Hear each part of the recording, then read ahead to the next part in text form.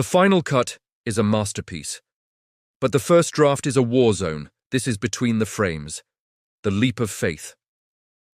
From Spider-Man Into the Spider-Verse is more than a scene. It's an emotional earthquake. Miles Morales, suspended between buildings, must choose to trust himself. As he falls, time seems to stretch, the animation stutters, and the world becomes a blend of hand-drawn lines and 3D depth. It's one of the most technically daring moments in modern animation.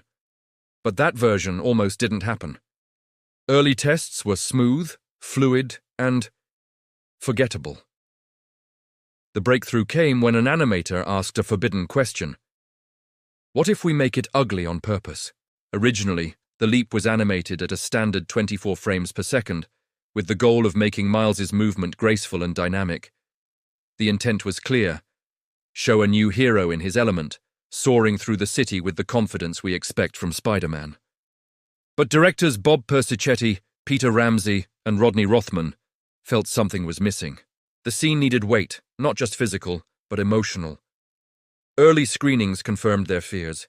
Test audiences noted that while it looked cool, it didn't feel transformative. The animation was too polished, too much like every other superhero landing we'd seen a dozen times before. The team faced a crisis. How do you visually portray a character overcoming crippling doubt when the medium itself is built on creating a seamless, perfect illusion? The solution wasn't to make the animation better. It was to break it. The pivotal mechanism was the intentional breakdown of frame continuity. This wasn't just a stylistic choice. It was a rebellion against the fundamental rules of computer-generated animation. The discovery came from lead animator Nick Kondo, who experimented by rendering Miles's fall at 1 frame per second for key moments. Instead of 24 unique images filling a second of screen time, some seconds used only a single, repeated image. This created a jarring, stuttering effect that mirrored the character's internal panic and hesitation. It felt wrong, but it felt real. Then came the hybrid technique. The team overlaid 2D hand-drawn line work, inspired by classic comic book ink strokes, directly on top of the 3D model. This created a strobe effect that felt both jagged and intentional. The hand-drawn lines gave it a tactile, almost raw quality, grounding the digital model in something physical.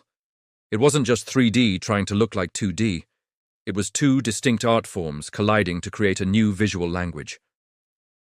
The sound design was synchronized to this visual breakdown with surgical precision. The audio team matched the frame drops with a sudden vacuum of sound, creating a moment of pure, terrifying silence as Miles hangs in the air. Then, as he embraces the fall and the animation smooths out, a rush of wind and Daniel Pemberton's heroic score floods the senses. The auditory experience perfectly complemented the visual one, guiding the audience through Miles's emotional journey from fear to acceptance. Finally, the color shift served as the emotional punctuation. The palette desaturates during his hesitation, washing the world in muted, uncertain tones. But as he swings away triumphant, the screen explodes into chromatic aberration and half-tone dots. The vibrant visual grammar of a comic book panel brought to life. This wasn't just an animation trick, it was emotional data visualization. The low frame rate mimicked panic, the 2D lines represented Miles's comic book origins, and the return to fluid motion signaled his acceptance of the role. The ugliness became beautiful. The leap didn't just work, it redefined what mainstream animation could do. It broke the unspoken, smooth is better rule that had governed the industry for decades. For years, animation had chased realism and fluidity, striving to make digital worlds indistinguishable from our own. Spider-Verse proved that imperfection could be more expressive, that a technical flaw could communicate emotion more powerfully than flawless motion ever could. The influence of this single scene is undeniable. It directly inspired the groundbreaking animation styles in films like The Mitchells vs. the Machines, Puss in Boots, The Last Wish, and even influenced live-action films. The Daniels, directors of Everything Everywhere All at Once, have cited Spider-Verse as an inspiration for their own use of frame rate manipulation to convey disorientation and emotional shifts. The legacy of the leap is a new freedom in visual storytelling. And we can't forget the unsung heroes, the 2D overlay artists. Many of these animators came from traditional hand-drawn backgrounds, and their expertise was crucial.